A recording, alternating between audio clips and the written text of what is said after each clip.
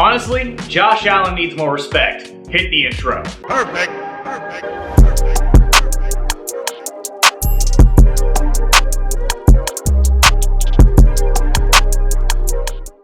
Call it what you will, and as a Patriots fan, I am saying this, Josh Allen is one of the best quarterbacks in the entire NFL. I know a lot of people were saying that last year during his MVP candidate run. Obviously, he didn't end up with the award, but Josh Allen has improved every single season during his NFL career. In his third season now, the Buffalo Bills look like they are setting themselves up for pure dominance within the AFC East for likely the next decade. And again, as a Patriots fan, that frightens me. Josh Allen just destroyed the New England Patriots this past week during the wild card round, in which the Buffalo Bills offense did not punt a single time. This has been a theme over the last 8 quarters against the New England Patriots, as Bill Belichick has just been unable to slow down the Buffalo Bills offense, and most notably Josh Allen, because the dude is a human cheat code. In tandem with their offensive coordinator, Brian Daboll, Josh Allen is an absolute freak monster,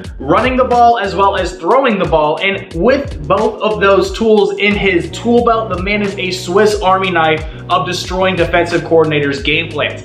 And the Buffalo Bills rushing offense without Josh Allen is one of the worst in the NFL. Josh Allen, by himself, the quarterback, makes the Buffalo Bills rushing offense one of the top 10 rushing offenses in the league as far as stats by this past regular season. At one point, they were a bottom 3 offense running the ball without Josh Allen on the field, and now with Josh Allen, I think they're number 6. They're ridiculous. So his ability to run the football and keep defenses on their toes is what helps set up Brian Daboll's play calling to work so tremendously. And it's not necessarily common that a quarterback is a man coverage beater, but Josh Allen has simply become that under Brian Daboll's tutelage, right? This offense is tailor-made to exposing the weakness within any particular coverage, and Brian Daboll's passing game is set up to run a lot of crossing routes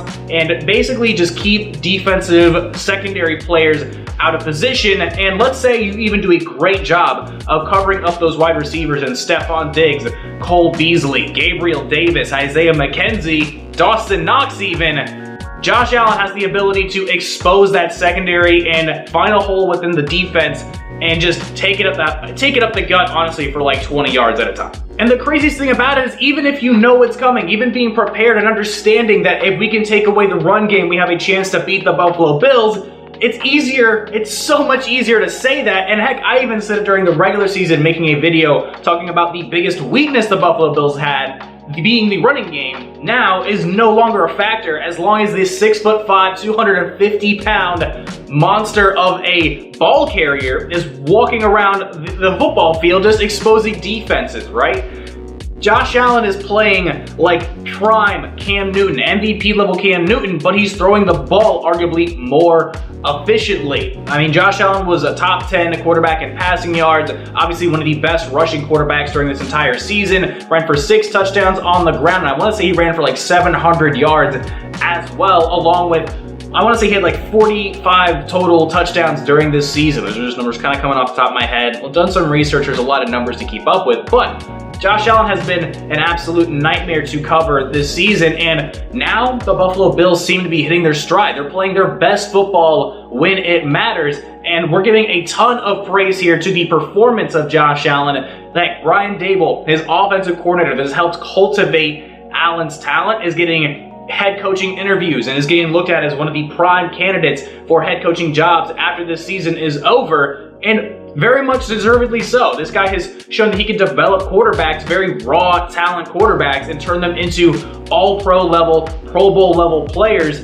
And honestly, they're not even, their defense is even better than their offense. The defense is leading the NFL in yards per game, points per game, passing yards per game, and is even in the upper half of the league in stopping opposing offenses from rushing the ball per game. They've got a ton of amazing weapons, but most notably Jordan Poyer and Micah Hyde, the two leaders in that secondary, playing alongside some very good talent around the rest of that defense, have made a lot of that possible. Head coach Sean McDermott has an amazing squad that he has helped build and cultivate in Buffalo, and this team right now is just set up for success. I mean, again, you've got an MVP level candidate at quarterback. Josh Allen has been just destroying people, and maybe this is very reactionary, right? Maybe this is, very, I'm just singing his praises because he beat my favorite team. But, I mean, because I watched the guy play at least a couple of times this season, I've at least seen what he is capable of doing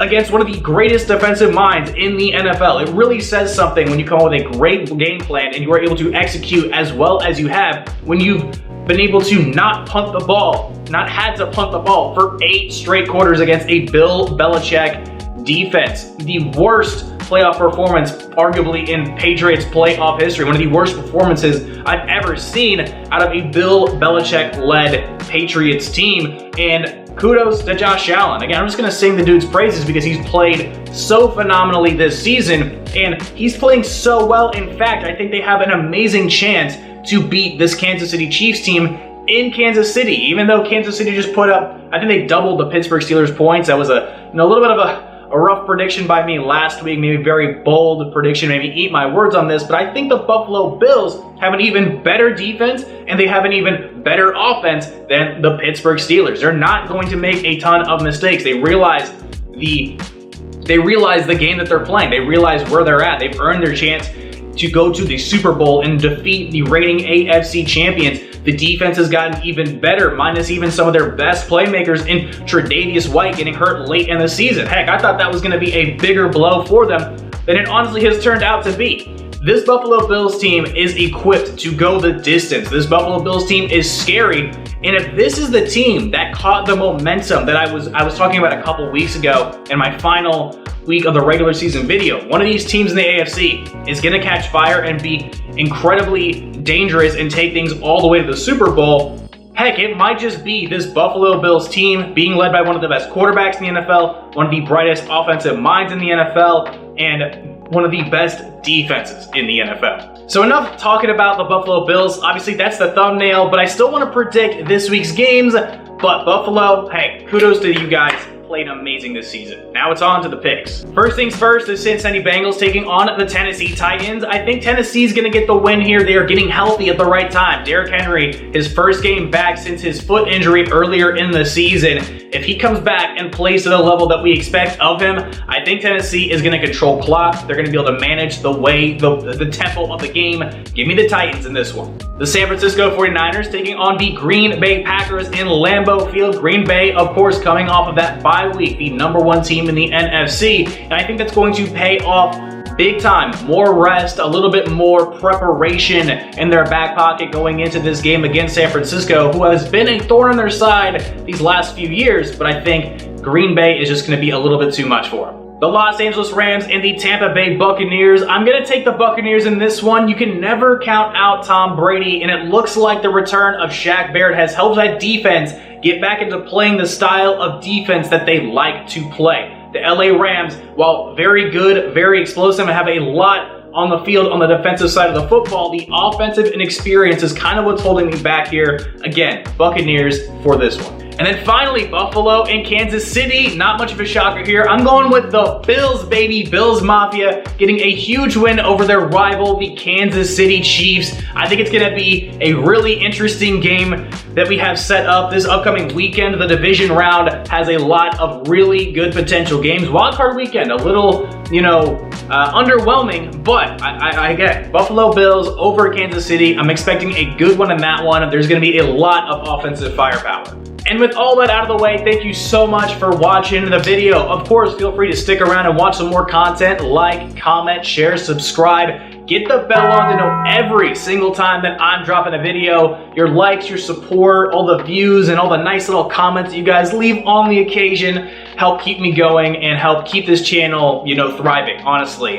Without you guys watching the videos, without you guys supporting the content, honestly, it wouldn't be worth it, in my personal opinion. I love doing this content, and I appreciate you guys sticking around to watch it. Gonna have an interesting weekend of football in front of us. My name is Tristan Blake Rines. I'm gonna catch you in the next one. Adios.